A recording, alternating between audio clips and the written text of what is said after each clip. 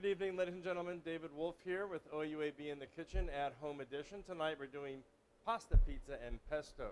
I'm going to start with preparing the pesto, and for that I'm going to use a food processor.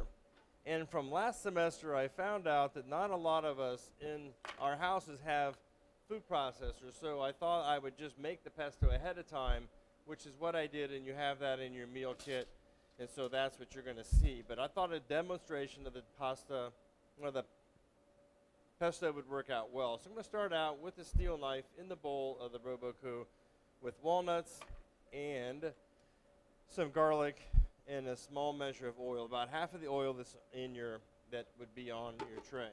So I'm just going to let that spin, and this is going to take a little bit of sound.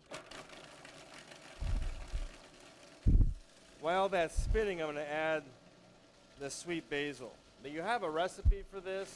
In case you have a food processor at home, you'll be able to do this on your own at another time.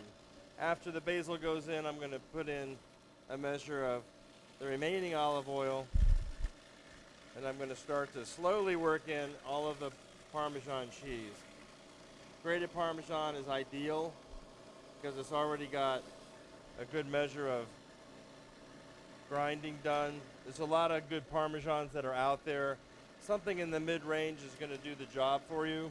I wouldn't go out and buy a Reggiano Parmesan because the price point's about $22 a pound. You can get some other brands that I think are going to work out pretty well.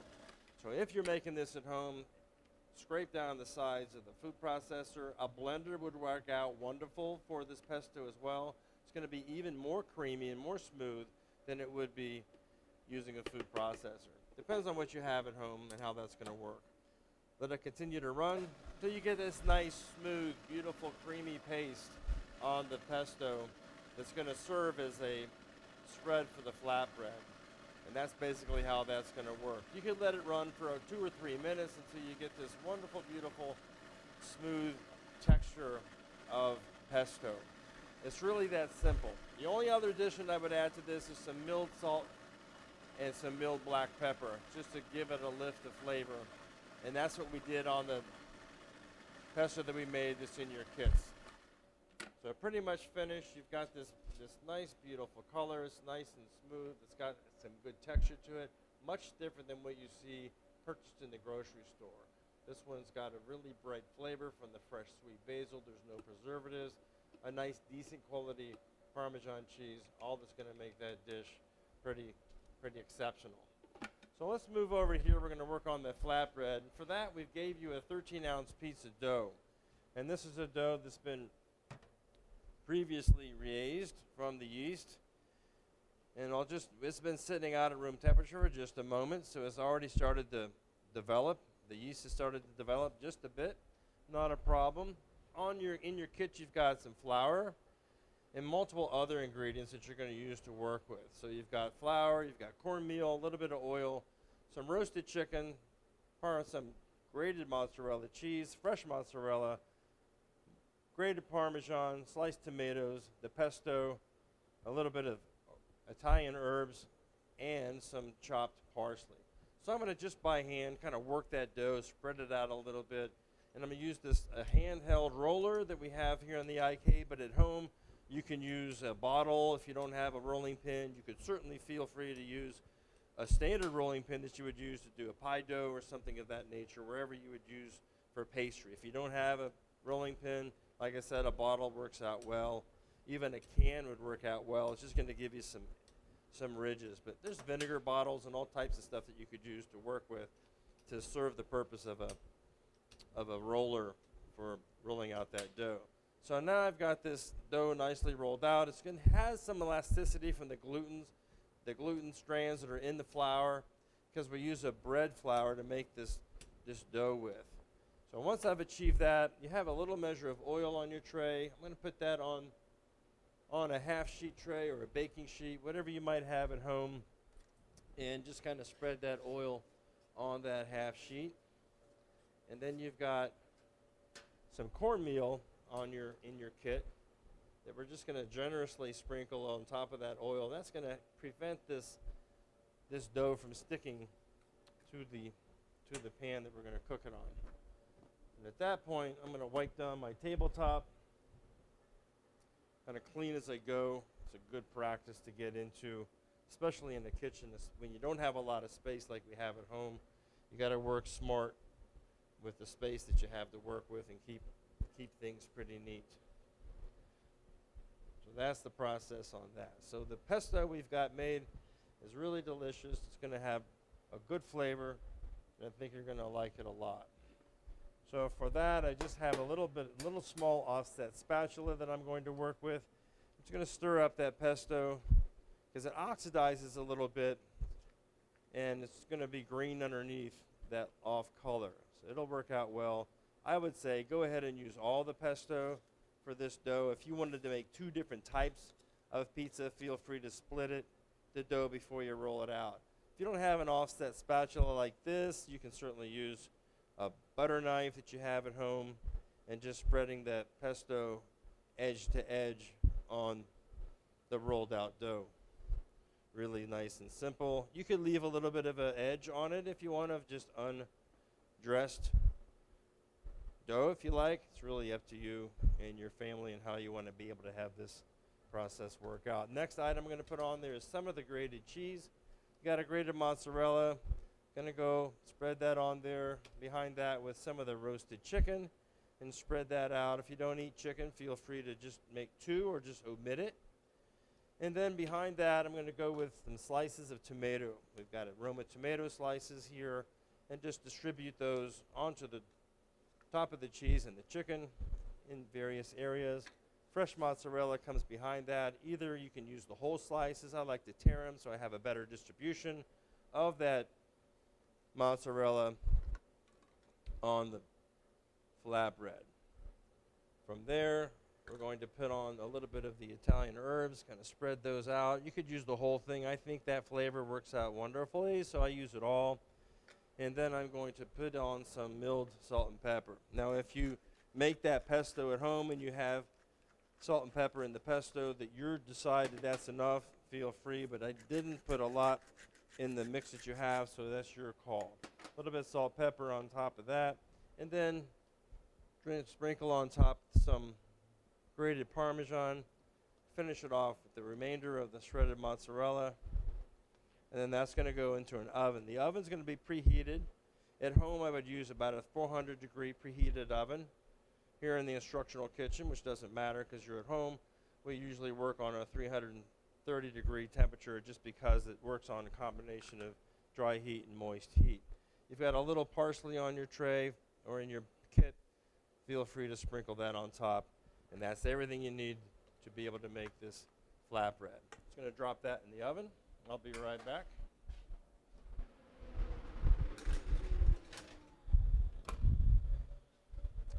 And again, we're going to let that cook at 400 at home. It's going to take about 8 or 9 minutes or so to be able to get that process to work. Next item we're going to make is the pappardelle pasta. Going to use a medium heat on a 12-inch skillet or 10-inch skillet, whatever you have at home is going to work out well. And that process is going to be quite simple. Heat that up, and the kit that you have a bag that has all those ingredients in it.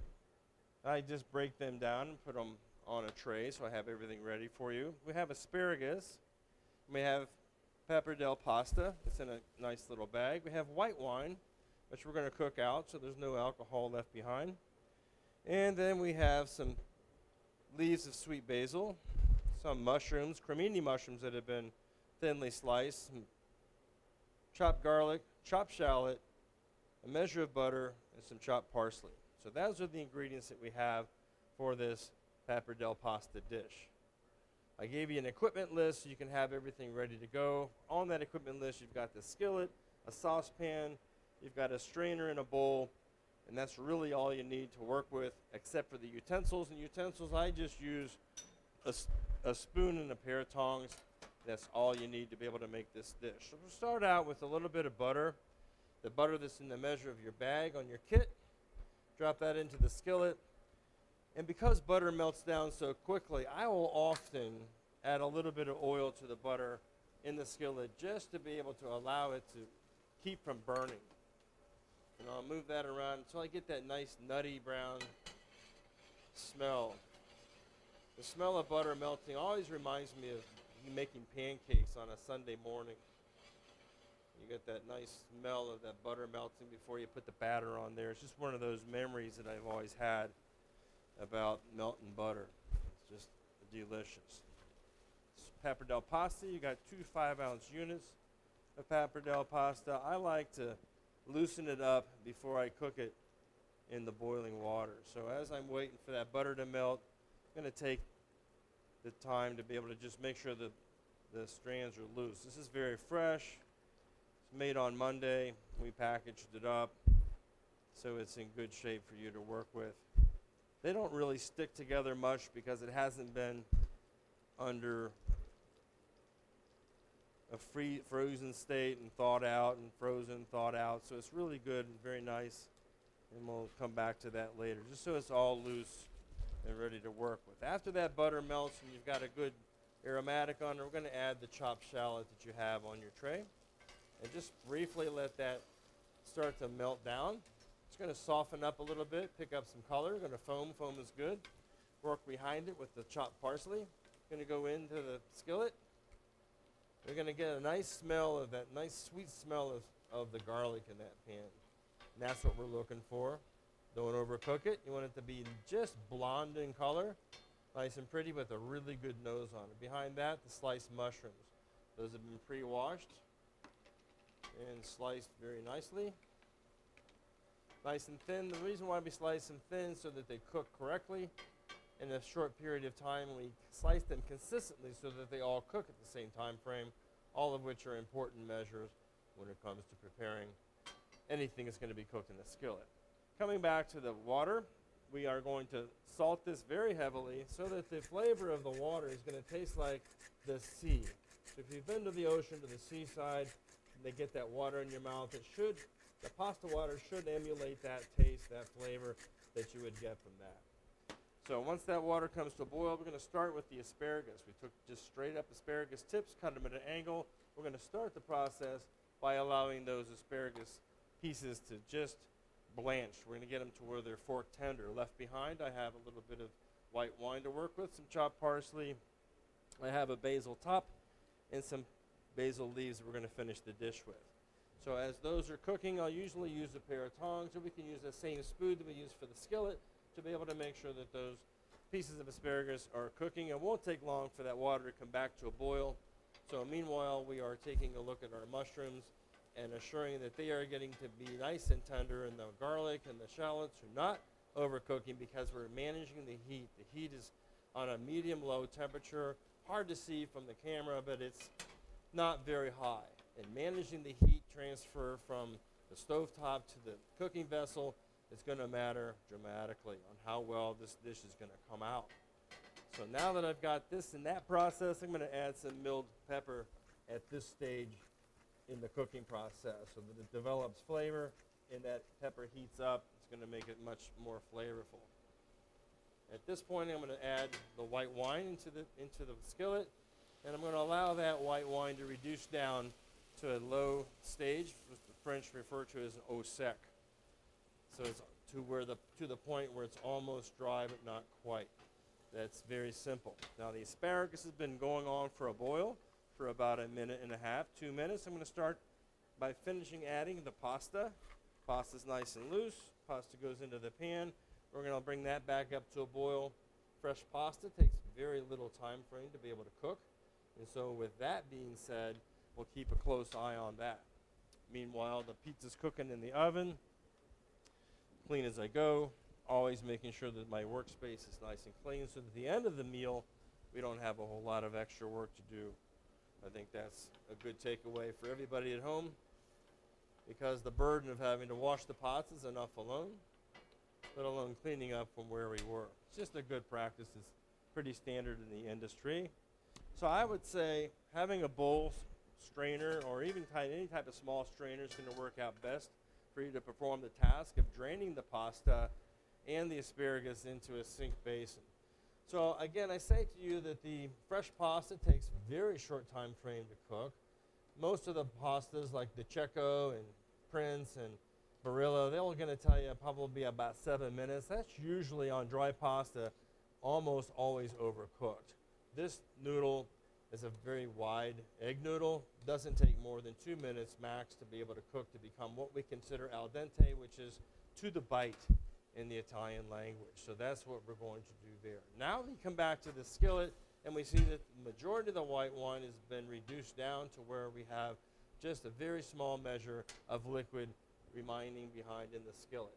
Now that I have the pasta cooking, a firm foam like we see is usually a pretty good sign that we've got the pasta fully cooked.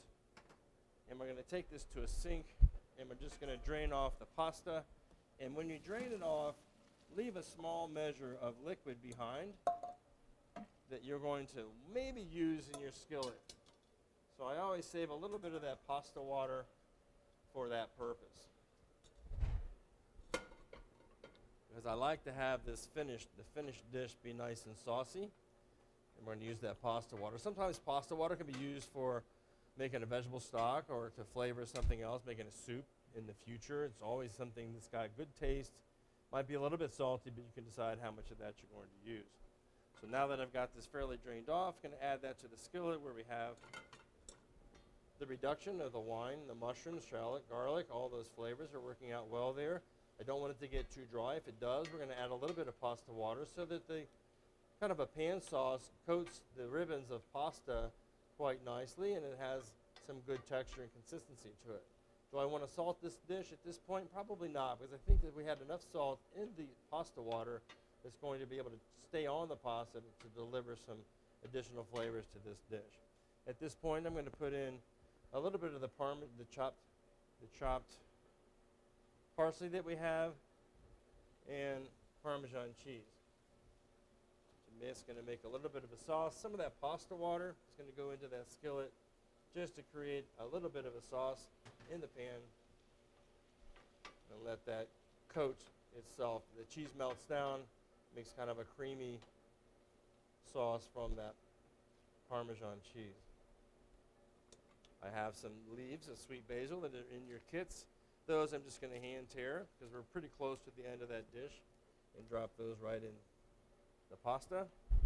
And then that is simply going to just get enrobed with that pasta. That all nice and smooth. You can see the nice shine on that pasta. At this point, I would say that dish is pretty much done. You can taste it to make sure that you've got the right level of salt and pepper in the dish. Your preferences may be different than mine. That's what it's all about, is being able to cook to your own personal preferences, not so much of mine. I'm going to check that flatbread, see how it looks. Looks real good. So at this point, I'm going to simply plate this pasta into this dish. Managing that heat allows us to avoid things sticking to the dish, to the bottom of the skillet. And so being able to have this pasta lined up in the bowl, most of the noodles are at the bottom, and I'll take some of these wonderful flavors of the mushroom and asparagus right there on top. I did hold back a little bit of chopped parsley, which we can accent that dish with. And then I saved, when I made the pesto, I saved a little piece of sweet basil for an accent garnish for that.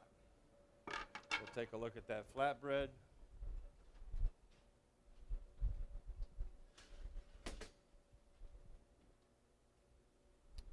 Looks really nice. Came out of the oven. Just about the right amount of time. You can take this and put it on a cutting board at home if you like. Cut it into strips or cut it into slices, however you want it to be. But tonight I'm just going to slide that onto the platter, and you can cut it to whatever your desire is at home, wedges, whatever that might be. But that's basically our two dishes for this evening. We have the pappardelle pasta with asparagus and mushrooms, and the white chicken pizza for your dining pleasure. It's good to have you. Congratulations on winning the lottery. Hopefully you can get in for another session during the spring semester. Stay well.